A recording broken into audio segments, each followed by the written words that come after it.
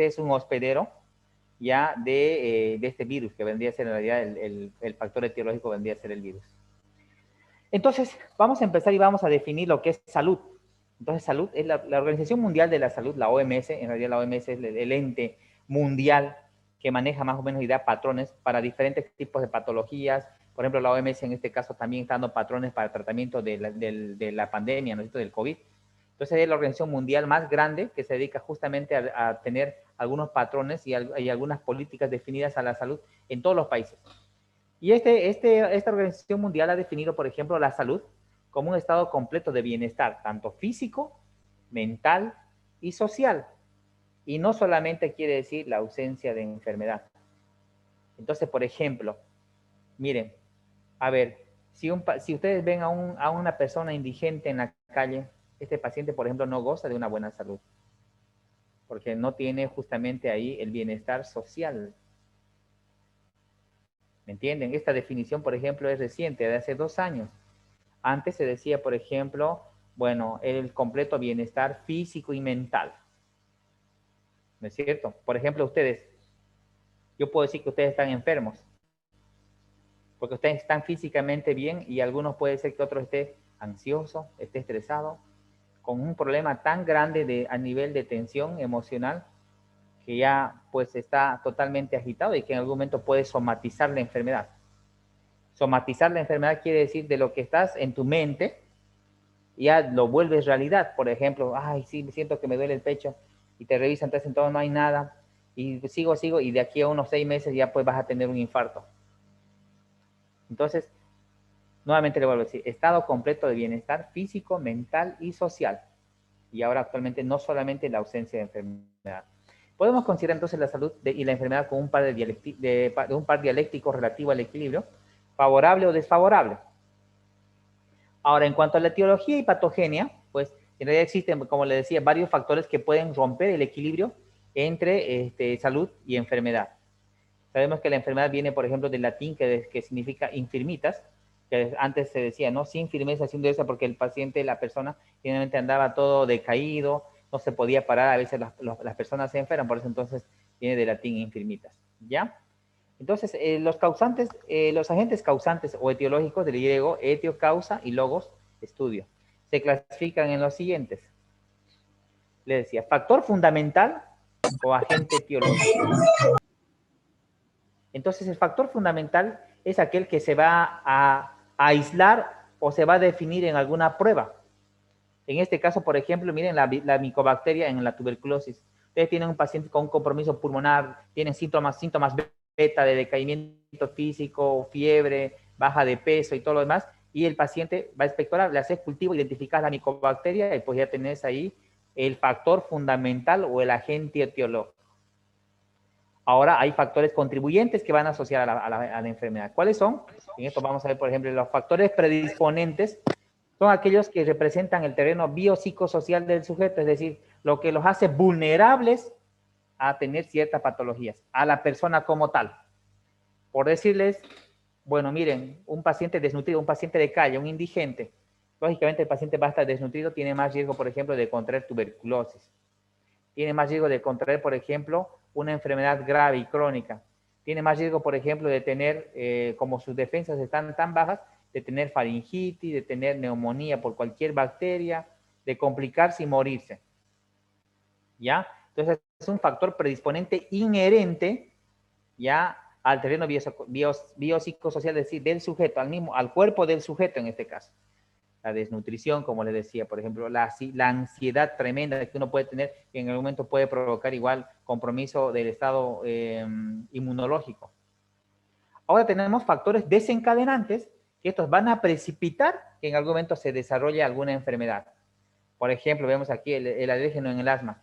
Paciente asmático, por ejemplo, que tiene cierta hipersensibilidad a la polución, al polvo, o en este caso, por ejemplo, al polen, o al frío, por ejemplo. Entonces, son factores que van a predisponer. O en el tema, por ejemplo, de las enfermedades colagenopáticas, por ejemplo, el calor intenso y la humedad desencadenan a un paciente con artritis reumatoidea. Entonces, son factores desencadenantes. Por ejemplo, en los niños de edad escolar, cuando hace frío, y empieza, ¿no es cierto? El ministro de Salud sale, debido al frío, pues se han incrementado los casos de gripe y neumonía, entonces son factores desencadenantes, ¿ya? Y factor perpetuante es aquel que va a obstaculizar la recuperación. Por ejemplo, en este caso, el cigarrillo en la bronquitis. O, por ejemplo, en el paciente que trabaja, en la persona, por ejemplo, que trabaja en la mina y que vive de la mina, porque vive de ahí, bueno, y se le detecta y le dice, mire, usted sabe que tiene una bronquitis crónica producto de la silicosis que tiene en el pulmón debido a lo que trabaja en la mina. Y usted como médico dice, deje de trabajar en la mina. Y él no sabe otra cosa que hacer en la mina, así que va a seguir trabajando en la mina. Es un factor perpetuante que va a provocar en este caso silicosis o en el caso del cigarrillo una bronquitis. Un factor perpetuante. Factores configurantes, lo que les mencionaba hace un momento atrás. Entonces, contribuyen a la localización o forma de la presentación del proceso morboso, es decir, a la localización de un virus o una bacteria en un lugar específico. Es un factor configurante. Por ejemplo, tenemos en el tema de la malaria, por decirte. La malaria tiene una especificidad por irse a hígado, en principio, y luego recién a sangre. Entonces, o en el ejemplo que una bacteria virulenta puede causar cistitis, que se va directamente a nivel de la vejiga y al uréter, provocando una cistitis hemorrágica. ¿Ya? O la micobacteria, por ejemplo, que tiene una predilección para afectar pulmón. En este caso vendría a ser un factor configurante que va y va a provocar el desarrollo en una localización específica. Ahora, factores de irreversibilidad. Por ejemplo, influyen desfavorablemente pues, en la evolución de la patología, ¿no es cierto? Miren, aquí en el ejemplo dice hipotensión prolongada en una cirugía. Un paciente que ingresa a una cirugía, le colocan una anestesia en segundo plano, el paciente se pasa, va al cuarto plano, ahí hace hipotensión, y el paciente ya, cuando le hacen la RCP, lo rescatan al paciente, pues el paciente queda totalmente hipotenso con muerte cerebral. ¿Ya? O en este caso puede pasar a lo que se llama la ira, la infuria renal aguda. El paciente se te hace una hipotensión prolongada, después lo rescataste antes de que te haga la falla a nivel encefálica, pero te tomó riñón. ¿Ya? O en el tema de la hipoxemia. Cuando vos tenés, por ejemplo, miren, ahora que estamos teniendo este caso de la pandemia del COVID, y los pacientes que tienen COVID disminuye su saturación de oxígeno, ¿no es cierto? ¿Es verdad o mentira? A ver, chicos, ¿verdad o mentira que disminuye la saturación de oxígeno en el COVID? ¿Saben qué es Es eso? verdad, disminuye, doctor. ¿Verdad? Ya, disminuye. Sí, perfecto. Entonces disminuye la saturación de oxígeno en el COVID. Si disminuye la saturación de oxígeno, va a haber disminución de oxígeno a nivel de la sangre y por ende va a haber disminución de oxígeno a nivel celular. Como va a haber disminución de oxígeno a nivel celular, va a haber disminución de oxígeno para tener los procesos mentales. Ustedes saben que más o menos 30%, del 25-30% del oxígeno lo consume el cerebro en los procesos mentales. Entonces va a haber una disminución de las funciones cerebrales superiores. Se van a enlentecer. Y cuando se enlentece y se queda hipoxémico por mucho tiempo, va a haber anoxia y va a haber ahí lesión a nivel de la neurona.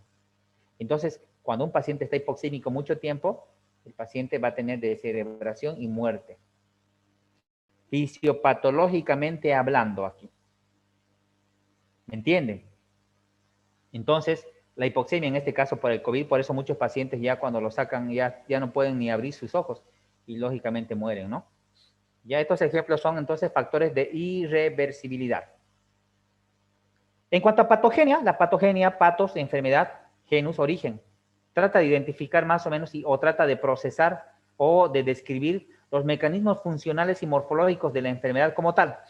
Ustedes cuando digan, bueno, a ver, de aquí a un tiempo cuando estén, qué sé yo, en una materia de neumología o en neurología, patogenia.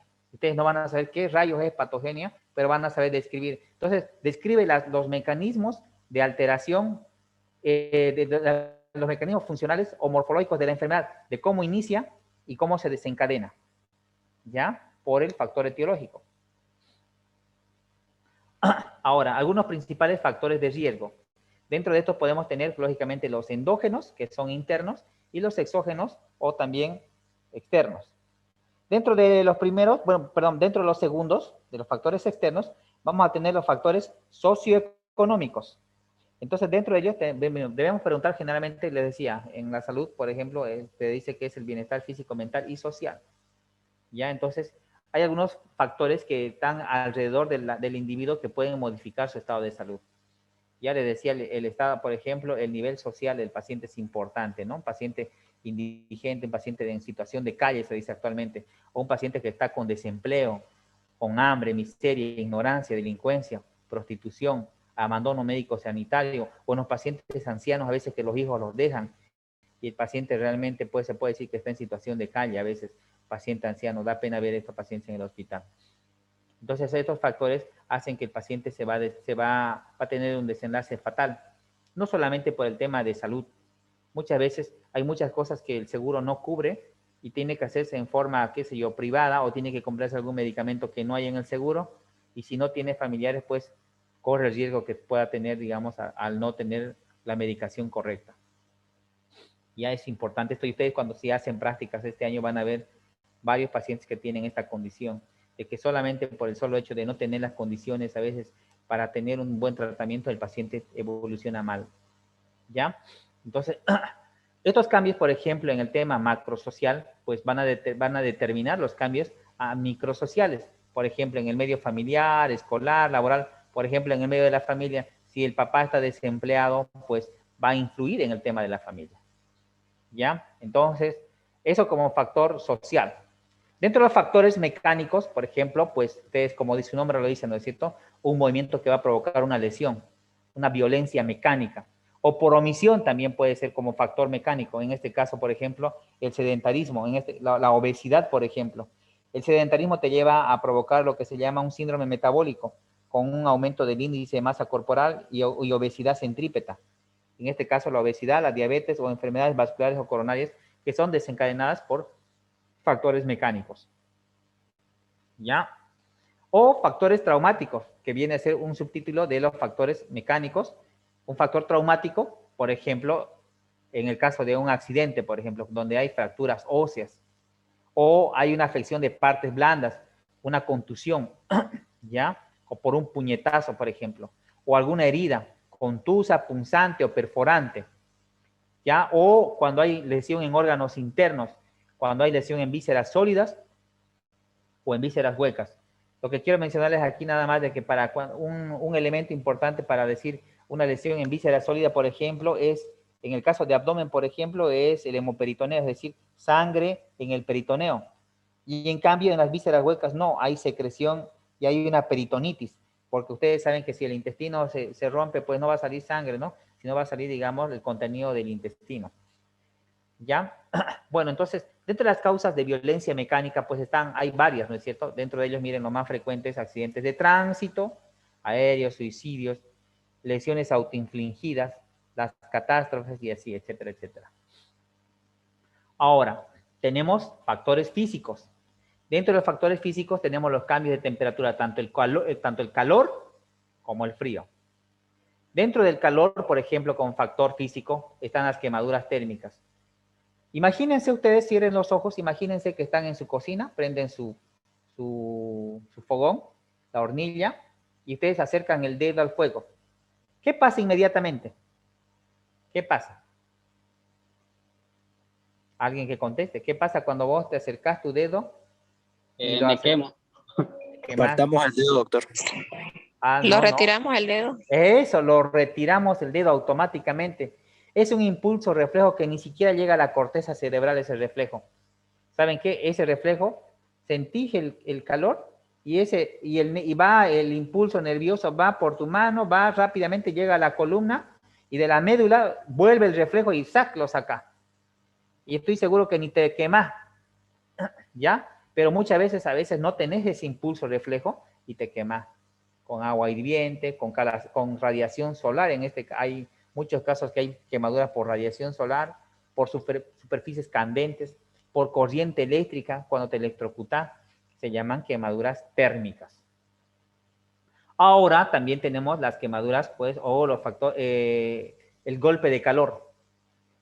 Miren, La pérdida de conocimiento e hipertermia por exposición a altas temperaturas, por ejemplo, calderas, cuarto de máquinas, entretenimiento deportivo, militar.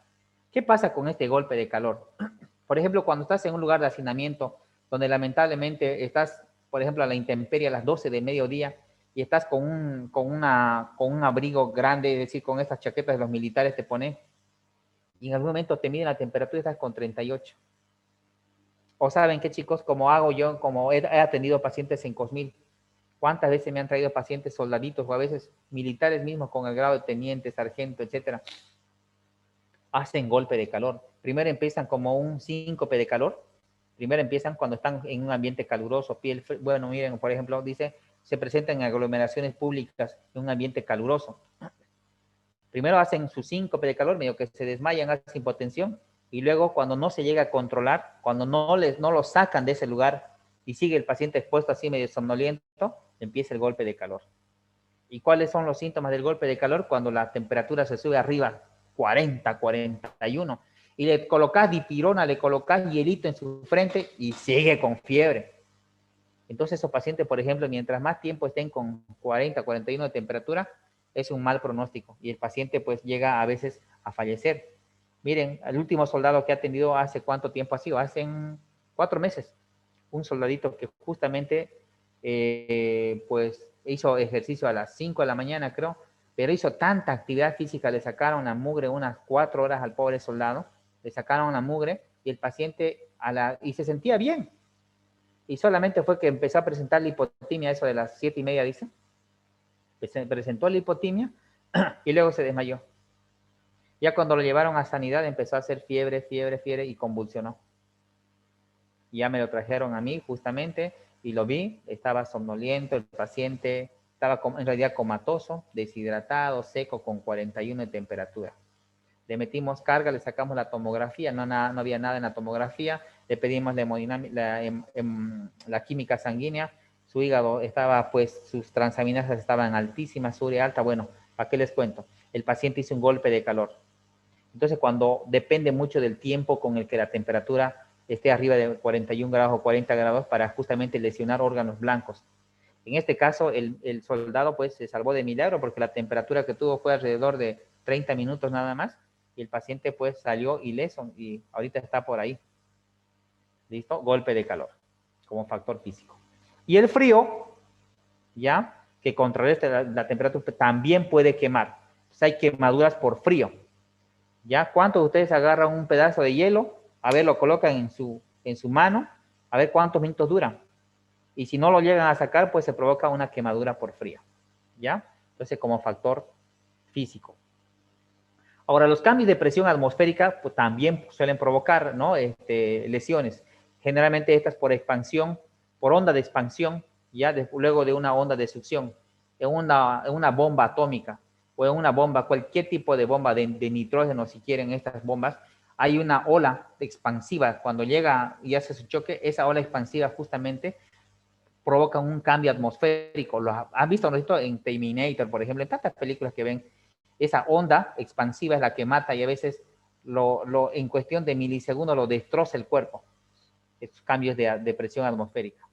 ¿Ya? Entonces, lesiones producidas por cambios bruscos de presión alta a una presión baja. Por ejemplo, en el tema de los buzos, los militares, por ejemplo, cuando se sumergen a profundidades, por ejemplo, arriba de los 1000 metros, cuando ya es muy profundo, tienen este problema. Se forman burbujas de nitrógeno que van a provocar émbolos gaseosos en la sangre y el paciente puede hacer un émbolo gaseoso y tener una embolia por aire. ¿Ya? Es importante.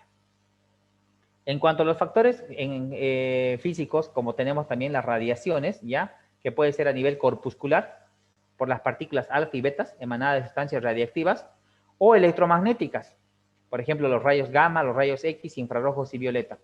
Dentro de ellas, lo que quiero comentarles, dentro de estas radiaciones electromagnéticas, ustedes cuando sean médicos tienen que tener cierto cuidado con los rayos X, ¿ya? Porque estos rayos X son acumulativos, es decir, ustedes van a ir a sacar una radiografía a un paciente, se le va a acumular los rayos X ahí en el cuerpo, sacan otra y otra, y después le piden una tomografía que equivale a 200 radiografías, y pues así se van acumulando, y cuando ya tenés cierta cantidad de acumulación, van a empezar a tener, digamos, riesgo en el tema de provocar cáncer o neoplasias. Ya es importante entonces esto en el tema acumulativo de las radiaciones electromagnéticas. Ya entonces, estas afectan a tu ADN, afectan a la mitosis celular. Ya puede afectar más preferentemente, pues afectan al sistema linfopoyético, decía, a nivel medular, al epitelio germinal que están en las gónadas, en los ojos. Ya en cuanto a la electricidad, pues tenemos la quemadura eléctrica y la interrupción de las ondas de conducción nerviosa. En la quemadura eléctrica, pues los sitios de entrada y salida son los que mayor lesión tienen. Por ejemplo, les pongo un ejemplo. Un paciente llega y pues mete su dedo, digamos, a una corriente alterna. Y esta corriente alterna le va a entra por la mano y por el lugar donde sale generalmente deja una lesión. Ahora, en el cuerpo tenemos nosotros una resistencia. Ustedes han visto en el aparato, tienen a veces tienen una resistencia que se calienta. Y es la resistencia la que hace funcionar muchas veces. En el cuerpo, nuestra resistencia son los huesos. Muchas veces hay pacientes que han tenido esta quemadura eléctrica y donde el hueso se pone de resistencia y a veces se quema y se vuelve, pues, se quema el hueso. Se quema. Y a veces se llega a fracturar. Es nuestro órgano de resistencia. Interrupción de la conducción nerviosa por ionización intracelular, lo que origina pues aquellos paros respiratorios o cardíacos. Imagínense cuando una onda de conducción nerviosa, en este caso puede ser a nivel vulvar, el centro respiratorio, o a nivel cardíaco, una onda electromagnética que conduce, digamos, y provoca lo que es el QRS, se pare por un paro, por ejemplo. Entonces el paciente va a tener un infarto. Dentro de los agentes químicos tenemos las intoxicaciones y envenenamientos. En realidad hablar de esto es larguísimo, vamos a tratar de hacerlo corto. Pueden presentar lesiones locales en relación en el área de contacto, acidosis o alcalosis. Un ejemplo claro, por ejemplo, aquí tenemos una mordedura de serpiente. Inocula su veneno, dentro del veneno está, por ejemplo, la hialuronidasa, que es un ácido, ¿ya? Y que va a provocar una lesión y muerte. Hay varias enzimas, más enzimas ellas de que van a provocar protólisis, muerte, inflamación del brazo. ¿Listo? Entonces sería un envenenamiento. O una intoxicación en el caso de ingerir, por ejemplo, qué sé yo, gasolina, ingerir ácido nítrico, y estas van a provocar automáticamente corrosión y a veces provocan necrosis por licuefacción. ¿Ya? Tenemos, por ejemplo, intoxicación en el sistema nervioso. Algunos medicamentos como, por ejemplo, los hipnóticos, los sedantes. Ahora está de moda la intoxicación por alcohol. El alcohol metílico, aunque no lo crean ustedes, chicos, esto ya no me compete decirlo, pero hay muchos jóvenes como ustedes a veces que por hacer, digamos, están en una fiesta y por creerse los tipitos, los gallos, y empiezan a agarrar un tipo de alcohol de quemar. Y como no tiene olor, sabor, nada, parece agua, lo tomas y parece trago. Y ahí estás consumiendo alcohol metílico. Y el alcohol metílico, chicos, es un tóxico para el cuerpo. Y por si no lo saben, puede provocar muerte en cuestión de días. Entonces hay que saber qué es lo que uno bebe, ¿no? No es nomás ahí, tomate por favor esto y ya. A veces, muchas veces, esos alcoholes que venden a 2, 3 pesos vienen en botellitas, es lo que esas combinaciones, la A con A, ¿no? Alcohol con agua, como dicen, llegan justamente a tener estos alcohol metílicos. O la intoxicación por órganos fosforados. Por ejemplo, ¿cuáles órganos fosforados? Por ejemplo, el baigón. O tenemos ahora, ya no hay baigón, ¿no? Ahora, bueno, hay poco baigón. Ahora tenemos otro tipo de productos que vienen en aerosoles, que tienen piretroides, que son una especie de órganos fosforados que también te van a provocar cierto malestar a nivel del sistema nervioso central, pero son reversibles. ¿Qué pasa con estos piretroides o derivados de órganos fosforados? Pongamos el ejemplo del baigón típico. Vos colocás el baigón a un insecto y se muere, porque justamente bloquea su conducción nerviosa.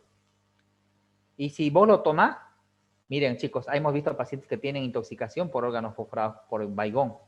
¿Qué pasa con estos muchachos? Generalmente son las muchachas las que tienen este tipo de intoxicación. A veces cuando se notan ya que están embarazadas o hacen algo indebido y la familia no lo quiere, digamos, ¿cómo le puedo decir? Un problema familiar.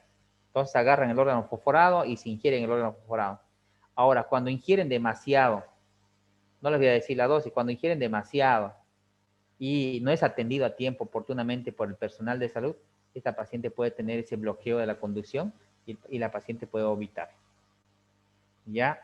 En este caso, justamente para evitar eso, ahora es de que ya no se usa, por ejemplo, el famoso Baigón, el DDT.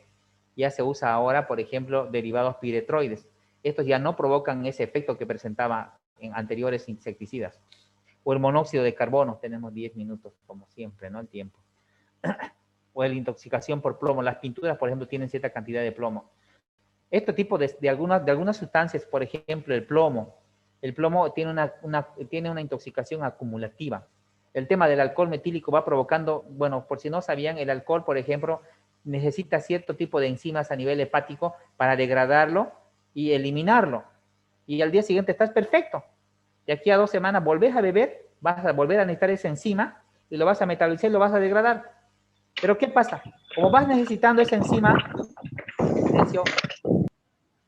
como vas necesitando esa enzima, el alcohol deshidrogenasa, que es la enzima que va a metabolizar el alcohol, va disminuyendo en cantidad porque pues justamente le estás dando mucha carga. Es como cuando vas a hacer ejercicio, le sacas la mugre y cuando ya no puede sacarse más, digamos, se queda ahí y ya te empieza a molestar.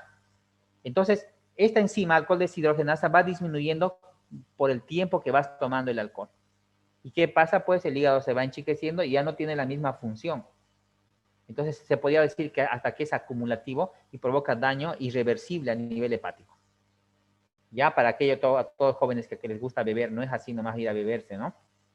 Ya, bueno, a nivel del sistema linfohematopoyético, el cloranfenicol, por ejemplo, es un antibiótico muy bueno, excelente. Hasta hace unos 20 años era uno de los mejores antibióticos, pero se dio cuenta, en un estudio grande se vio de que justamente provocaban anemia aplásica. Y porque por más que presente 1 de cada 10.000, ya es un riesgo de ser el 1 de cada 10.000 de tener esta anemia plástica y muerte por anemia plástica. Las sulfonilurias, por ejemplo, el cotrimoxazol. ¿Cuántos de ustedes van a la farmacia, está con diarrea? Véndame por favor cotrimoxazol en la farmacia. Esto va a provocar un daño a nivel linfohematopoyético y provoca una anemia. Gracias en realidad a que es reversible, pues no provoca la muerte, ¿no? O los famosos citostáticos, cuando se enferman de cáncer, pues efectivamente actúan justamente sobre este sistema linfohematopoyético. A nivel del hígado, el fósforo, el tetracloruro de carbono, que son otro tipo de sustancias que se usan más que todo en el tema de las plantaciones o en el tema, por ejemplo, de desinfección o a veces hasta la limpieza de los animales, por ejemplo, cuando uno le lleva a bañar al perrito, le colocan con una sustancia y pues esa sustancia llega a ser tóxico a veces para el hígado, hasta por inhalación. O en el tema del riñón, por ejemplo, las sales de mercurio altamente tóxicos. Yo les quiero decir esto para que tengan cuidado ustedes en el futuro. A ustedes les han debido decir, por favor, traigan un termómetro y ustedes llevan el termómetro en las clases de anatomía, no sé, en las clases que han tenido anteriormente, pero en las clases de semiología ustedes van a tener un termómetro cuando vayan al hospital. Y hay que tener cuidado aquellos que se compran termómetros de mercurio. Son esos videcitos, ¿no es cierto? Esos videcitos tienen cierta cantidad de mercurio y el mercurio a temperatura ambiente es tóxico porque se evaporiza y uno lo inhala. No es que vas a tocarlo. Desaparece el mercurio automáticamente cuando se rompe el videcito y eso lo inhalas. Por ejemplo, esos famosos neones que tenemos ahí, bueno, ya ahora sí hay todavía neones. Los neones tienen cierta cantidad de mercurio que cuando se rompen, por ejemplo, cuando se rompen, ese mercurio pues se evapora y puede matar personas. Hemos visto muertes, por ejemplo, por ese mercurio cuando se rompen en una casa se rompieron, por ejemplo, lo habían puesto en el desván y subió un niño y le gustaba romper eso y pues se murió.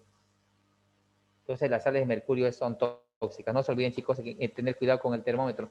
Mejor cuidado tener y comprarse un termómetro digital. Como tenemos tenemos 6 minutos todavía, seguimos.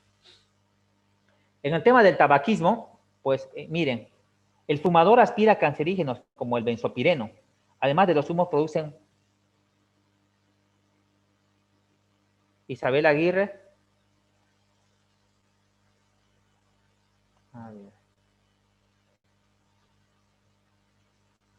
Un ratito.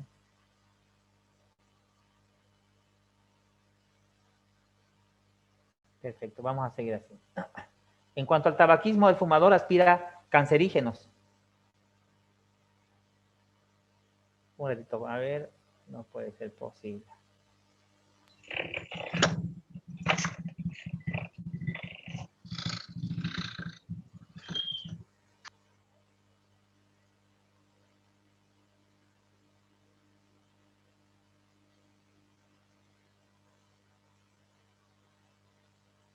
Ya, sigamos. Van a disculpar, tenemos 5 minutos más todavía.